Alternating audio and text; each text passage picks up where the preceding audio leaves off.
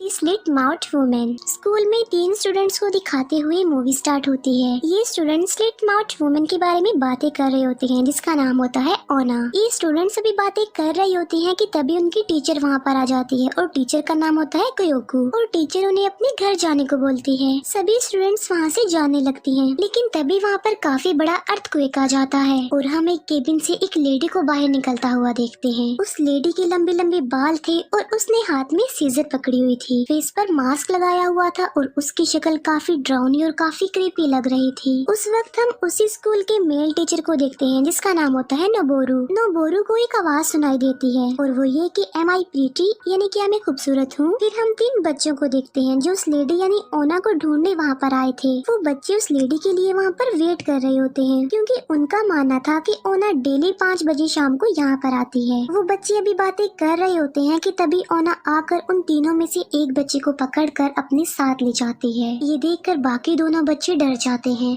उस बच्चे की मिसिंग होने की वजह से स्कूल में ये डिसाइड किया जाता है कि सब स्टूडेंट्स का ग्रुप बनाकर उन्हें उनके घर पर ड्रॉप किया जाएगा और ये रिस्पॉन्सिबिलिटी टीचर क्योको और नोबोरू की ही लगाई जाती है। एक फीमेल स्टूडेंट माइका घर जाना नहीं चाहती थी। क्योको जब उसके घर ना जाने का रीजन पूछती है तो बच्ची कहती है कि मेरी मदर मुझे रोज टॉर्चर करती है और मेरी मदर अच्छी नहीं है बल्कि वो बुरी है। इस बात पर टीचर क्योको उस पर काफी गुस्सा करती है जिसकी वजह से माइका वहाँ से भाग जाती है, जिस पर क्योको सोचती है कि मुझे उस पर गुस्सा नहीं करना चाहिए था, इसीलिए क्योको भी माइका के पीछे भागती है। लेकिन तभी वहाँ पर ओना आकर माइका को पकड़ लेती है। खुद को बचाने के लिए माइका उसके फेस से मास्क रिमूव कर देती है। क्योको जब ओना का फेस देखती है तो वो डर जाती है। ओना जब माइका को पकड़ लेती है तब मेल टीचर नोबोरू को फिर से वो साउंड सुनाई देता है यानी एम आई प्रीटी। आवाज को फॉलो करते हुए नोबोरू एक जगह पर पहुँचते हैं जहाँ क्योको बैठी होती है और डरी और सहमी होती है। क्योको पुलिस को इन्फॉर्म करती है कि ओना ही है वो जो सब बच्चों को गायब कर रही है। फिर हम स्कूल में देखते हैं कि क्योको और नोबोरू को एक पिक्चर मिलती है और जो लड़की उस पिक्चर में थी वो सेम ओना जैसे ही लग रही थी। नोबोरू कहता है कि ये पिक 30 साल पुरानी है और एक बार फिर से उसे वही आवाज सुनाई देती है, एम आई प्रीटी। नोबोरू और क्योको आवाज को फॉलो करते करते एक घर तक पहुंच जाते हैं और वो दोनों घर के अंदर चले जाते हैं। अंदर जाकर वो देखते हैं कि एक लड़के को ओना ने पकड़ रखा है। ओना उस लड़के को मारने ही वाली होती है कि ये दोनों उसकी जान बचाते हैं। क्योको ओना को चाकू से स्टैब करती है और उसे मार डालती है। वो देखते हैं कि जिसे क्योको ने मारा है वो ओना नहीं है बल्कि उस बच्चे की मदर है, जिस बच्चे की जान उन्होंने अभी अभी बचाई थी और बच्चे की मदर को ओना ने पोजेस कर लिया था। असल में ओना मरी ही नहीं थी, जिंदा थी और वो आजाद हो जाती है। ओना जब किसी को भी पोजेस करती थी तब उसे तेजी से खांसी होने लगती थी। इसके बाद नोबोरू क्योको को एक बड़ा राज बताता है। वो कहता है कि ओना असल में मेरी मदर है जो 30 साल पहले मर चुकी है। फिर हमें 30 साल पहले का सीन दिखाया जाता है जहाँ पर नोबोरू की मदर ओना बीमार थी जिसे बहुत ज्यादा कफ थी और वो हर वक्त खांसती ही रहती थी। इसके साथ साथ वो मेंटली डिसेबल भी थी। मेंटल बैलेंस इतना ज्यादा खराब था कि वो अपने गुस्से पर कंट्रोल भी नहीं कर सकती थी। इसी वजह से वो अपने तीनों बच्चों को टॉर्चर करती है और इसी वजह से उनमें 2 बच्चों की डेथ हो जाती है और सिर्फ नोबोरू ही जिंदा बच पाता है।